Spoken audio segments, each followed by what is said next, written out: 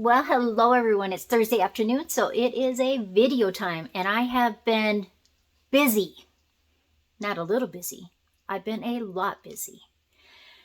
Now, first thing, why would somebody who doesn't drink make garlic vodka? Well, it's because, though you could, I suppose, put it in a Bloody Mary, but garlic vodka has so many great health benefits. And that's what I'm going to talk to you about today.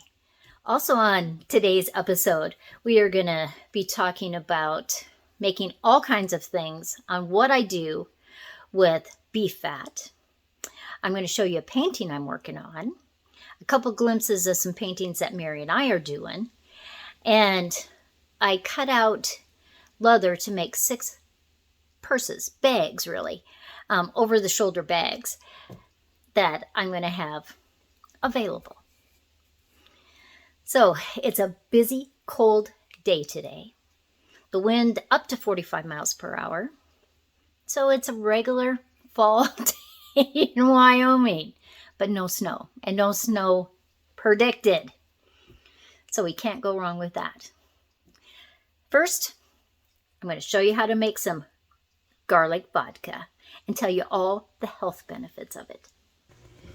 I'm making garlic vodka, not just to drink. No, you guys know I'm not a drinker, but it has some really great properties, health properties.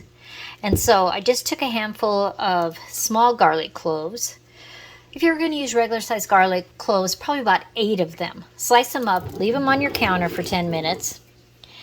And then they go in the bottle of vodka. Now this is 80 proof. It's just basically some cheap vodka. But every day for 21 days, I'm going to vigorously shake this. And what happens after the 21 days, I'll strain it, and you take about 15 drops twice a day. It can help your stomach, your intestines, your overall health. They've been using this for centuries, actually, for health benefits. Now, if you're a drinker, I'm sure you could add this to some Bloody Mary mix. I decided to put the date that it'll finish so I don't have to look it up again. So, October 12th, 2022, it'll be finished. The more I shake it, the more kind of creamy color it will get. Now, do not worry if some of your garlic in there, let's see if I can see any, if mine's doing it. If it starts to have a greenish blue tone, that is just the sulfurs in garlic that change those colors. There's nothing wrong with it. So here's a painting that I've reworked, and I'm still not happy with the trees, but it is getting better. I'm liking the colors. It was something that Mary and I did a long time ago.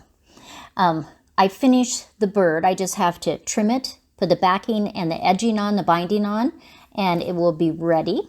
The Christmas tree, I hooked all the buttons and pins, and I do have to put a little bit of glue so it holds those heavy pins in the place that I want them. But that also, just the binding and the back, and it will be done. Here's a painting that Mary and I are working on. Now, it is by no means finished, but I thought I'd give you a sneak peek of it. She always finds these great photos. And this is another project. I'm making 6 leather bags, and I got them cut out. I didn't cut out the straps yet, but it's coming along. Today the butcher had beef fat, and I got the package for $2.93.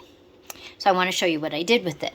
First, I cut off all of the actual meat, and I'm going to make a stew with that today. The thick fat I'm going to render, and then all of this extra stuff are treats for the dogs.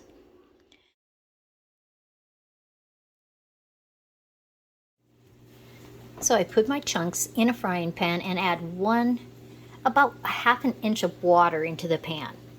I have it on medium heat, and it's going to start to cook. It does take a long time.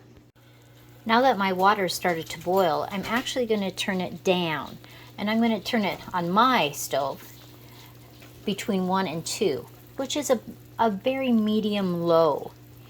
And it will cook for probably 2 hours. Eventually all the water will evaporate, but it gives it time so that the fat can come out of the pieces. The fat's been rendering for about 45 minutes. You just want it very slow, and it can take, hopefully at 2 hours it'll be done, but sometimes it can take 4 hours or more.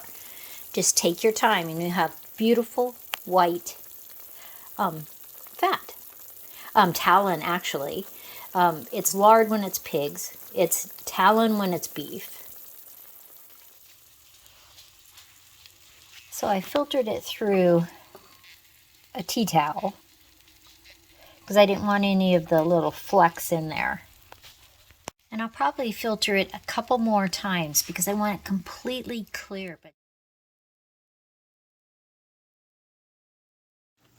on this back burner, also using cast iron, I'm going to make the dog treats. So this is going to be a little faster. So I'm going to start at medium to medium high, and we are just going to let those crackle up.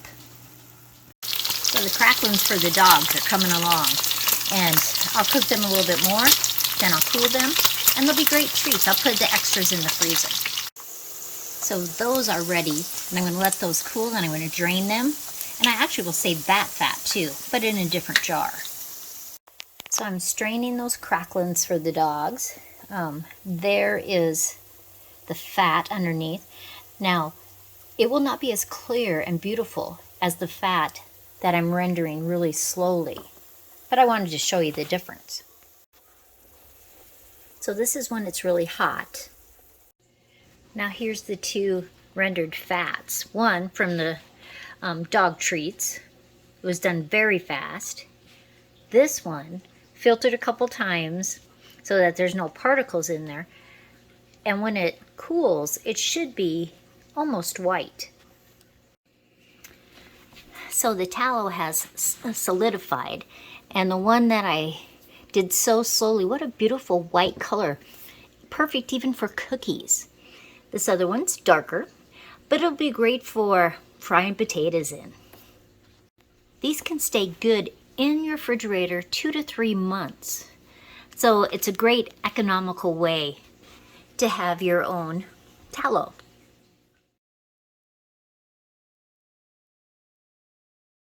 Here's my pot with my stew. So I'm going to let it boil, and then I'm going to take off all of the foamy stuff that collects on the top of the water. See how it's making that foam on top? That I'm going to scoop all off.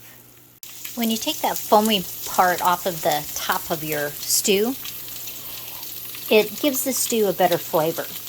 And so that's the reason why I do it. Now I can add my onions, my celery, all kinds of vegetables to add some flavor. The trinity of cooking is celery, carrots, and onions. And so those are the first things I'm going to add into my soup, my stew. I am going to add some peppers that I've already chopped. I'm going to chop a couple of garlics, and later I'll add potatoes. I just added the peppers and the garlic. Make sure when you chop your garlic, leave it for 10 minutes on the counter before you put it in whatever you're cooking so that it has a better flavor. I added a little more water because it just didn't have quite enough.